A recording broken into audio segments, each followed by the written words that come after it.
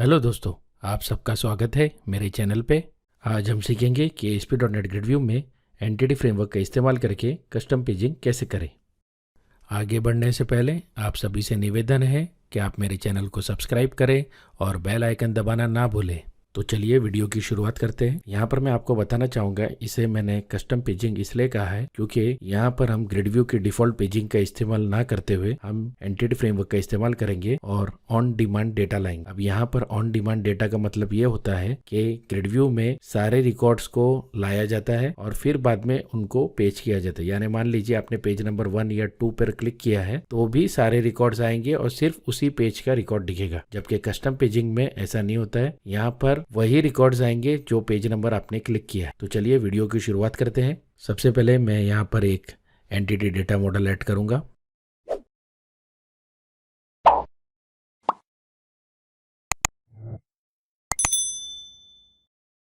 उसे नाम मैं कस्टमर्स दूंगा। अब मैं ऐड बटन पर क्लिक कर रहा हूँ। यहाँ पर एक पॉपअप आया है जो मुझे बोल रहा है कि आप फाइल्स को ऐप कोड फोल्डर में रखना चाहेंगे, तो मैं ओके क्लिक करूँगा। अब मैं यहाँ पर विज़ार्ड में से EF डिज़ाइनर ऑप्शन सेलेक्ट कर रहा हूँ क्योंकि मैं डेटाबेस से डिज़ाइन करूँगा। अब यहाँ पर डेटा कनेक्शन विंडो ओपन हो चुकी है। अब यहाँ पर हमें न्यू कनेक्शन पर क्लिक करना है। यहाँ पर सर्वर नेम टेक्स्ट बॉक्स में हमें SQL सर्वर के इंस्टेंस का नाम स्पेसिफाई करना है। यहाँ पर मैं ./SQL 2014 लिख रहा हूँ। डॉट इसलिए क्योंकि मैं इसी मशीन के SQL सर्वर को कनेक्ट कर रहा हूँ। आप मशीन का नाम भी स्पेसिफाई कर सकते हैं, आप IP एड्रेस भी डाल सकते हैं अगर आपकी मशीन रिमोट है तो। आप यूज़र नेम पासवर्ड डालने के बाद मैं डेटाबेस सेलेक्ट कर रहा हूँ। यहाँ पर मैं नॉर्थविंड डेटाबेस का इस्तेमाल करूँगा। नॉर्थविंड डेटाबेस की सारी जानकारी के लिए आप राइट हैंड साइड में दी गई लिंक पर क्लिक कर सकते हैं और वीडियो में जानकारी हासिल कर सकते हैं। अब मैं टेस्ट कनेक्शन करूँगा जिससे कि वेरीफाई हो जाए मेरी कनेक्शन डिटेल्स करेक्ट है, और आप देख सकते हैं कनेक्शन सक्सेसफुल हो चुका है। अब मैं ओके बटन पर क्लिक कर आगे बढ़ूँगा। अब आपको यहाँ पर ऑप्शन मिल रहा है कि आप कनेक्शन स्ट्रिंग का सेंसिटिव डेटा हाइड भी कर सकते हैं, तो फिलहाल आगे बढ़ रहा हूँ। अब यहाँ पर मैं एंटिटी फ्रेमवर्क 5.0 का इस्तेमाल कर रहा हूँ। मैं नेक्स्ट बटन दबा दूंगा। अब आप देख सकते हैं नॉर्थविंड डेटाबेस के टेबल्स, व्यूज़ और स्टोर प्रोसीजर्स यहाँ पर डिस्प्ले हो रहे हैं। अब मैं यहाँ पर कस्टमर्स टेबल को सिलेक्ट करूँगा क्योंकि मुझे उसी का इस्तेमाल करना है।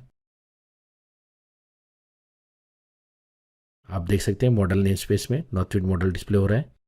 यही नेम स्पेस पूरे प्रोजेक्ट में इस्तेमाल होगी। अब मैं फिनिश बटन को दबा दूंगा। आप देख सकते हैं हमारा एंटिटी डेटा मॉडल रेडी है। अब हम इसे बंद कर आगे बढ़ते हैं।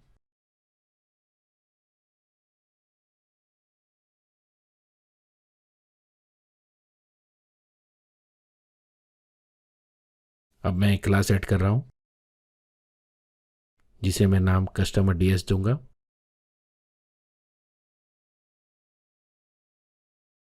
अब यहाँ पर मैं एक पब्लिक फंक्शन बना रहा हूँ जो कि एक लिस्ट रिटर्न करेगा कस्टमर क्लास ऑब्जेक्ट का। ये कस्टमर क्लास जो है वो हमारे एंटिटी डेटा मॉडल की क्लास है। अब यहाँ पर मैं कुछ पैरामीटर्स स्पेसिफाई कर रहा हूँ। स्टार्ट इंडेक्स, मैक्स रोज। यहाँ पर स्टार्ट इंडेक्स का मतलब होता है हमारे यहाँ रिकॉर्ड कहाँ से शुरू होगा। मान लीजिए हमारा पेज साइज 10 है और हमें 10 रिकॉर्ड्स पर पेज दिखाने हैं, तो हम स्टार्ट इंडेक्स स्पेसिफाई करेंगे 1 और मैक्स रोज स्पेसिफाई करेंगे 10। तो इस तरह 1 to 10 रिकॉर्ड्स पहले पेज के लिए, 11 to 20 रिकॉर्ड्स दूसरे पेज के लिए।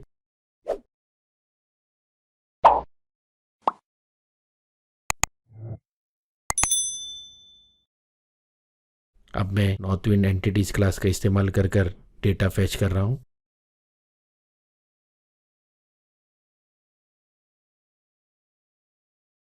और यहाँ पर पेजिंग करने के लिए मैं लिंक का इस्तेमाल करूँगा। आप देख सकते हैं मैंने एक लिंक क्वेरी लिखी है कस्टमर्स कलेक्शन पर।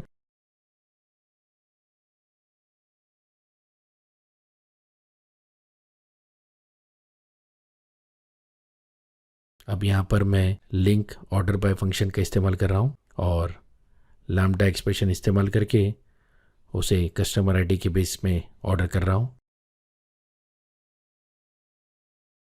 अब मैं स्किप फंक्शन का इस्तेमाल करके उसे स्टार्ट इंडेक्स पास कर रहा हूँ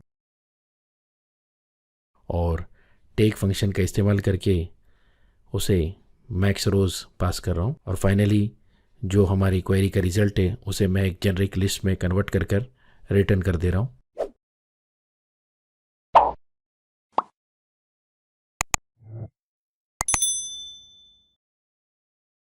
अब यहाँ पर मैं एक और पब्लिक फंक्शन बना रहा हूँ, गेट कस्टमर काउंट।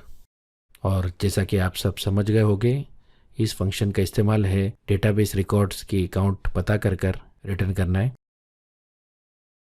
तो यहाँ पर मैं नॉर्थविंड एंटिटीज का इस्तेमाल करूँगा और रिकॉर्ड्स का काउंट पता कर उसे रिटर्न कर दूंगा।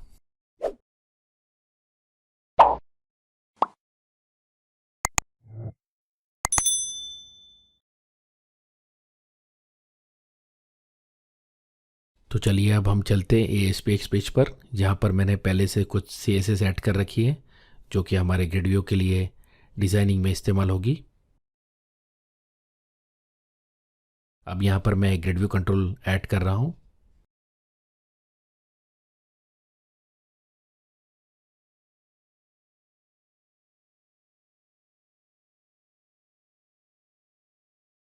अब मैं यहाँ पर पेज साइज 10 सेट कर रहा हूँ क्योंकि मुझे हर पेज पर 10 रिकॉर्ड्स डिस्प्ले करने हैं। अलाउ पेजिंग ट्रू कर रहा हूँ।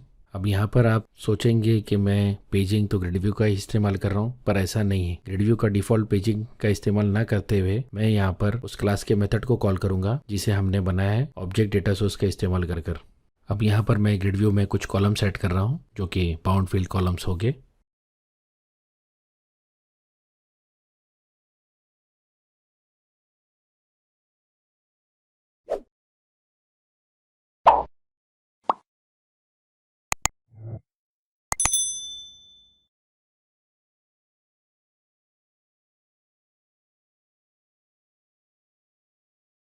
तो लीजिए हमारी ग्रिड व्यू तैयार है।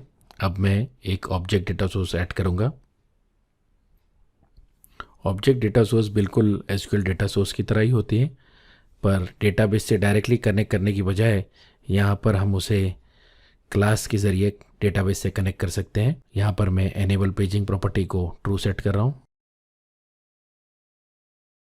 और सिलेक्ट मेथड में हम हमारे क्लास के मेथड का नाम देंगे गेट कस्टमर्स और सिलेक्ट काउंट मेथड में हम हमारे काउंट मेथड का नाम देंगे get customers count. Type name में हम हमारे क्लास का नाम देंगे कस्टमर DS।